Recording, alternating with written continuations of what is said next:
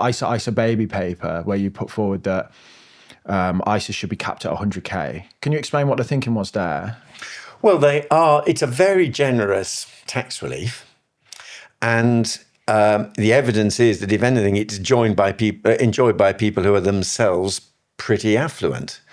And the fact is, Britain does face big fiscal pressures. We are spending more than we are collecting in taxes. We're having to borrow quite a lot of money as a result, over 100 billion a year. And if there are areas where we think tax reliefs are too generous, more generous than is needed to help people, then we are willing at resolution to go through the unpopular business of identifying some areas where you should be able to collect more tax and perhaps use it for better purposes. But wouldn't you feel that don't you feel like a lot of young people feel like the taxes are too much? A lot of people in this country already, like the middle earners that people think are rich on the 100K who are getting taxed like 45%, they're not, once you get taxed 45%, you're no longer that rich. So the ISA is one of the few things that everyone enjoys. My little brother, he puts all his money into his ISA and he's only like 23. And so it's something that everyone in the country loves. Don't you think that people will be felt really betrayed if it gets capped? Or? Well, I think there'd be a set of questions about how you implemented it, and it'd be difficult to do some things retrospectively.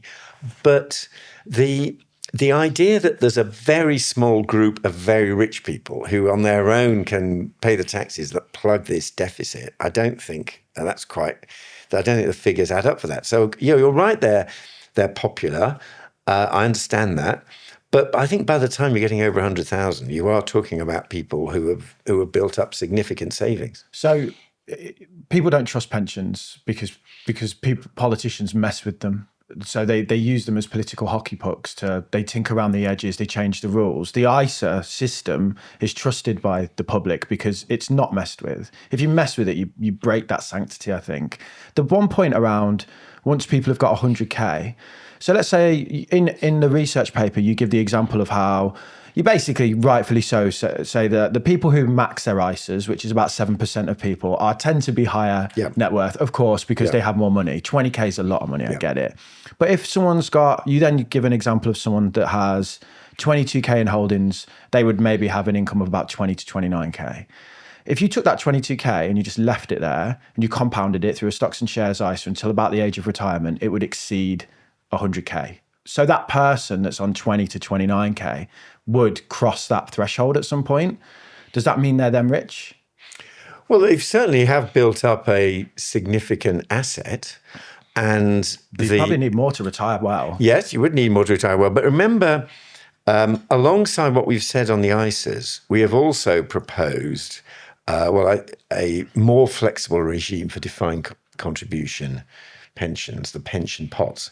And when you said people don't trust their pension and the governments mess around with them, I think... Read the comment sections, honestly. I'm coming from the perspective of a million people a month tell me what they think about pensions. And they don't trust that politicians won't move the goalposts. Whereas ISAs, the rules are very defined. That's interesting. This is you're making a powerful point, but the only thing I would say is that the auto-enrolled pension, which has been going for several years now, people have not messed with that. And we do have a companion proposal to what we're saying on the ISAs, which is that the total kind of minimum contribution going in now is 8% of earnings. And we've suggested that, especially by looking for a little bit more from government and employers, you should have a sidecar. If you go up from 8% to 12%, which you can access more flexibly and could have some of the benefits that you have from an ISA.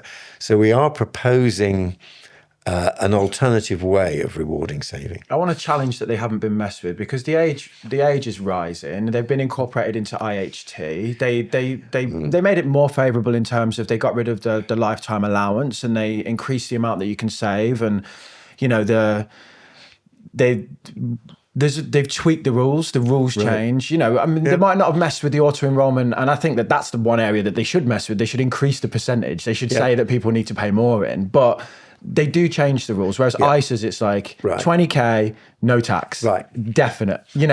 As soon as that's messed with, I think people start to go, I can't trust anything here. Do you understand what I mean? Yeah, I do understand. It's very interesting. Pensions feel like they can move away from you at all points. And people think like, well, by the time I'm I'm 30 now. I'm not, but let's pretend I am for a second. You wish. By the time I can access my private pension, the age might be 62, 60, whatever. And I want to know that I can bridge that gap, and I do that with an ISA, and I'm going to need more than 100 grand to do that. But if you look at the changes, and I take your point, it's a very interesting point, but if you actually look at the changes that you are complaining about, I mean, I personally don't think that the pension pot should ever have been something that was a heritable asset. It was something to fund your pension. And the exemption from inheritance tax, it was quite recent, and then it's since been reversed.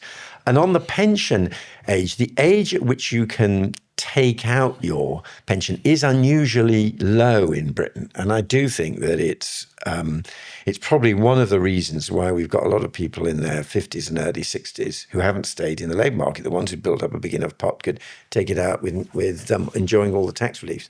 So they're not.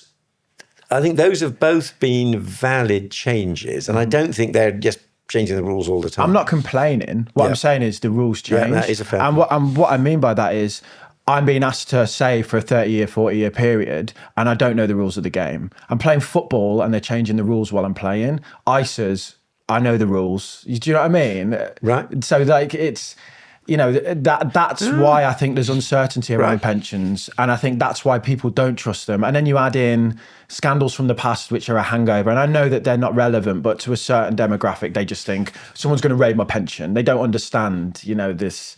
So this is really, look, we're at Think Tax, we're always at Resolution, we're always listening in, and you were saying on the basis of the kind of engagement you get from people with your podcast, that the ISA is just such a recognised, emblematic form of saving. Yeah, and it's trusted because the rules are easy. You can pay up to 20k in and it will never be taxed. And I get people all the time say, ISAs are better than pensions. And I'm like, no, they're not, because the pension system provides the rebate or the tax relief, and you can compound that relief. Right. And then you can decide when you take the money out.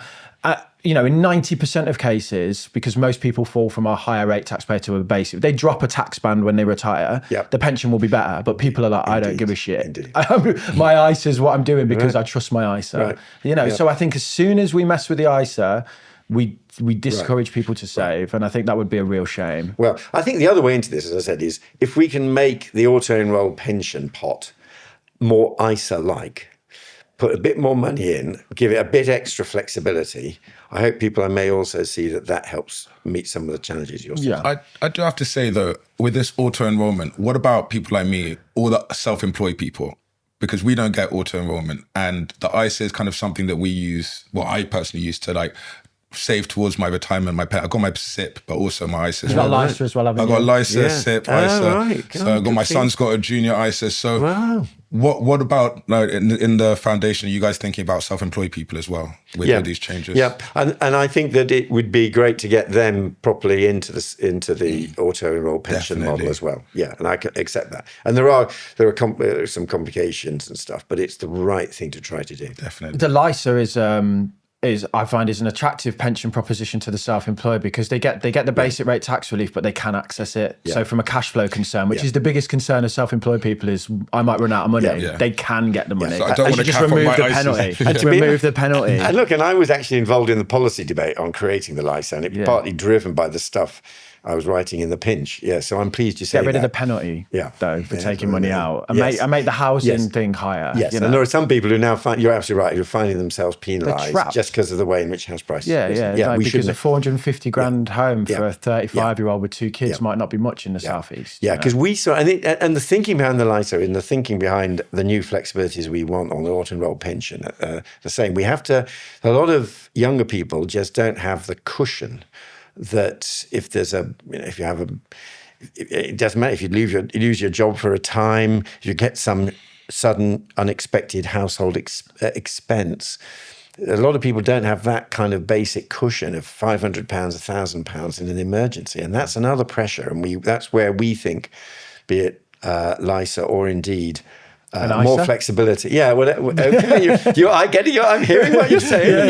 You're a very good advocate for you're making the case for ISIS, right? Okay. Yeah. I mean, I'm happy to talk off camera and expose you to expose you to some of the feedback from the audience, because it probably could inform some of your research. And I think you are listened to, and I know you've got Torsten as well, who is like probably a good friend of yours and someone who's got incredible influence over this space. He's heavily involved now. Yeah, as the minister. I think the one thing that social media can do that we found this when we interviewed Nest, who are a massive auto-enrollment. They basically said, we have no idea how to speak to people. I can speak to 1 million people a week easily and get their genuine thoughts. You know, I asked that if you want questions answering, I can get you that from the public. You may find the Resolution Foundation comes back to you and makes sure we ought to test one or two ideas with you guys. I think that this is the thing that, like, what people don't realize about social media is it's social. It's social media. There's a comment section and you can ask a question of the audience and they will give you lots of answers. And you will find highly intelligent people giving really well thought out arguments or discussion. That was a clip from our full-length conversation with Lord David Willits. He's the president of the Resolution Foundation.